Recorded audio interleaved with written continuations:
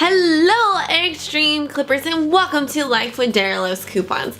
In today's vlog video, I thought I would talk to you about our eating habits here at home. I'm gluten-free and hubby is not. And I know for some people that if you have food allergies or food sensitivities, or maybe someone in your house is diabetic, sometimes you have to be on different diets, and that's something that my husband and I deal with. I'm gluten-free, my husband is not. And for both of us, different health problems run on both sides of our family. So on my husband's side, they have a history of diabetes. On my side of the family, there's hypertension, which is high blood pressure, high cholesterol on my dad's side, thyroid problems, which thank you all so much for the emails and the messages that I received. I've gotten a few messages when people, asking me like, have you had your neck checked because it looks like your thyroid is big. Yes, I have, and I do have a goiter, which is like a mass on my thyroid. My thyroid is enlarged with nodules, but I am on medication that I take for that. And I actually found out that my thyroid was underactive maybe about 2 years ago. I had some health issues at the time, and going on the medication actually helped it.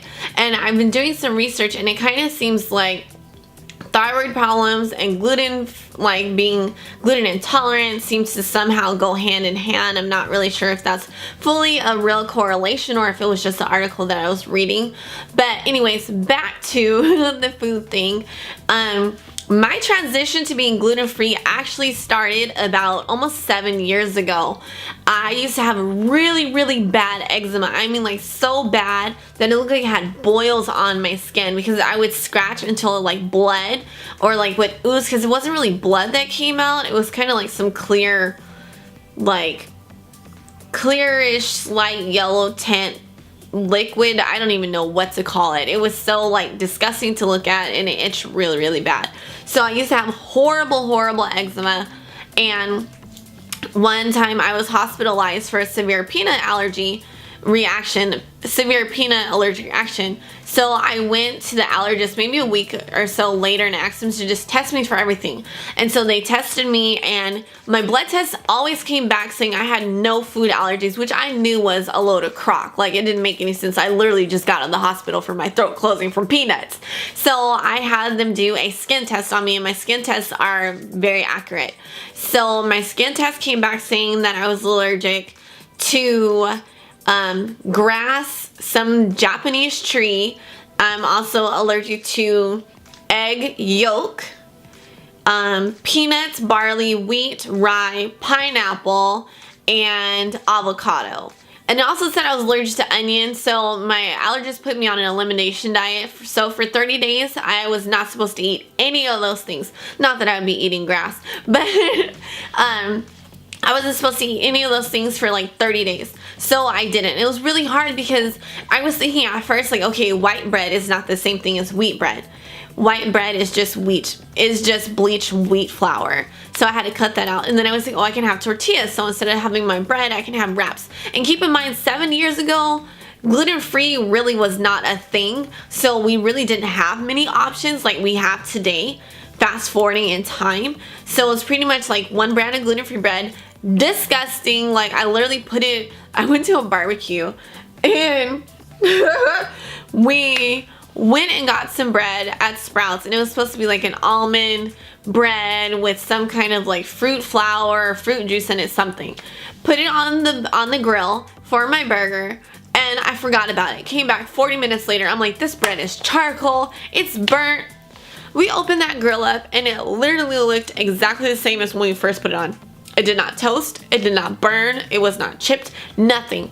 Did not change consistency at all. Whereas the meat that was left on the grill was burnt to a crisp. It was like a charcoal lump on there. So I was like, I'm not eating this. That's poison. So it was a struggle in the beginning. It was such a struggle. So I ended up just going like cold turkey, and before I officially went like full gluten-free, I had a cheat meal. I went to Mai Tais in Long Beach, California. I had cream cheese wontons.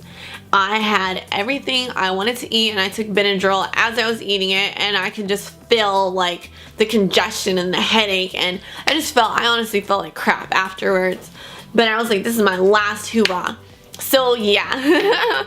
So it was difficult in the beginning. I felt like when I tried to go eat out, all I really felt like I had an option to eat was salad with no croutons, which gets really tiring. But now there's so many more options. Like for people that are gluten free, I know Chili's has really good options.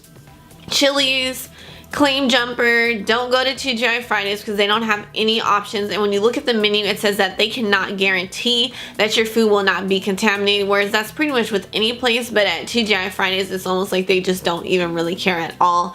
I went to Applebee's before. They're decent. And Hispanic places like El Torito or Acapulco, those are really good because you can get, you know, your tacos and things with corn tortillas instead of flour if you can tolerate corn. So, I mean, I have so many options now, and as far as grocery shopping for hubby and I, we will share. Like if I make a pasta dish, I'll use gluten-free noodles. So if I'm making spaghetti, I'll use gluten-free spaghetti noodles. But if we're making lasagna, we use separate noodles because the gluten-free noodles are so expensive, and one little pack is like $3 for like noodles this big. So it takes an entire pack just to make one lasagna. And we don't like to share lasagna. We're kind of selfish in that way.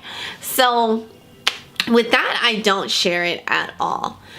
So that's one of the things that we'll do differently. And then as far as breads, Kevin has his own normal regular bread, and he likes wheat bread, and I have my gluten-free breads that I use and eat.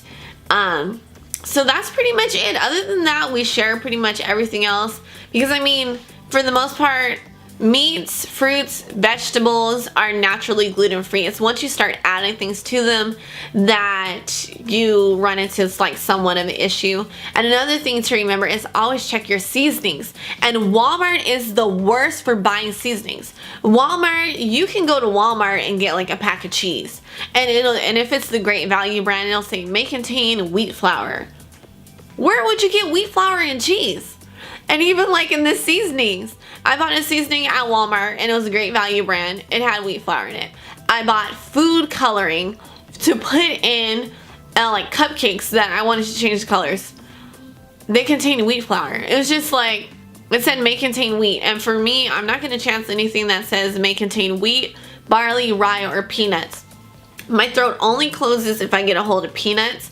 But my reaction to wheat is so irritating, like, it's pretty much gone now, but I used to have really bad eczema scars on my skin from where it would change colors from, you know, getting rashes and me itching and everything like that. So I would say in the beginning it was very difficult learning how to cook without wheat flour and fully committing to being gluten-free.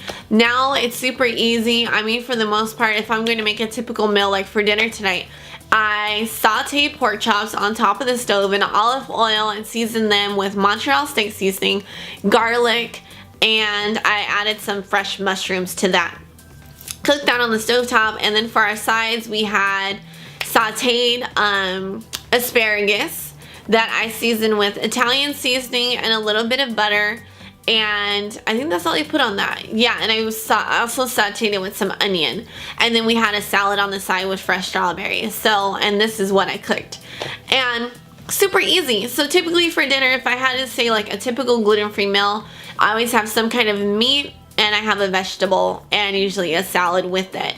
Or the other night we had chicken with baked potatoes and broccoli. So I kind of make up for, and then that's another thing because I'm thin naturally.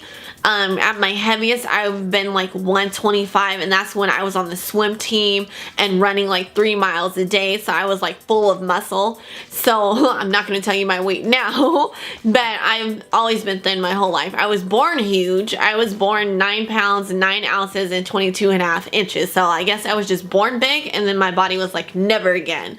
So for me personally, I love starch. I love starch. So if I can in every meal, I will have rice, I will have potatoes.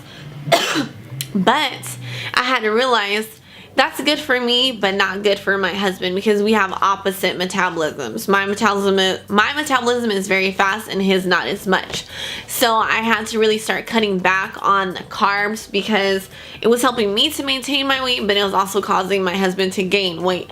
So now we've been doing the Whole30 diet, which essentially is the same thing as being gluten-free or paleo, and I honestly feel great. It really isn't a change for me because the only difference is that I'm not getting in like the sugar that I normally would take in, which sugar is bad for you anyway and suppresses your immune system. So, I mean, it's not a bad thing being on the Whole30 diet. I actually like it, and I think one of the differences is that I don't feel heavy or like really tired afterwards. And the only real difference is that I just don't get my gluten-free breads that I normally would get, but I mean, it's not bad. It's basically the same diet I've been on for 7 years. So that's gonna be the end of this video. If you have any other questions or if you have a topic you'd like me to talk about, let me know in the comment section of this video and we can get that happening because I love to be, more interactive with you all and get to know you all better, and you get to know more about me as well. So thank you all so much for watching. Be sure to like, comment, and subscribe, and I will see you in our next video. Bye, Stream Clippers. Bye. Hey Stream Clippers, thank you so much for tuning in and watching this lifestyle video here on Life with Dara Loves Coupons. New videos will be up every Tuesday and Friday, so be sure to like, comment, and subscribe. That way you never miss a video. And I'll see you next time. Bye, Stream Clippers.